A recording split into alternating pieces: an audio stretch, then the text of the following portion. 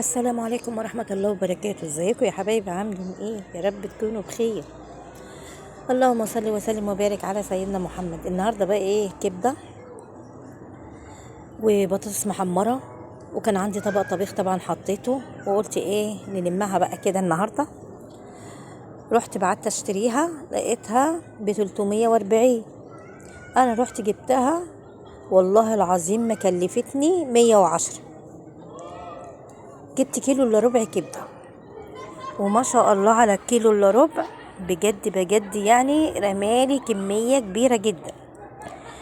انا على فكرة يا حبايبي، طبعا انتوا عارفين التوابل بنحط توابل. انا قطعت بصلاية وحطيت التوابل بتاعتي، توابل كبدة بتتباع عند العطار، وملح وفلفل اسمر وكمون وكزبرة ناشفة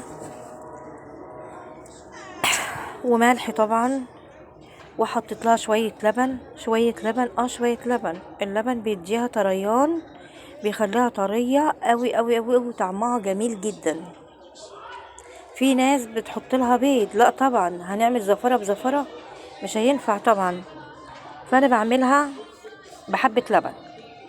هنزل بقى بالكبدة بتاعتي، حتى جبتها كنت انا غسلاها وركناها في الفريزر. هي المفروض الكبدة بيقولوا ما تتغسلش، انا ركنتها في الفريزر وطلعتها الكيلو الا ربع.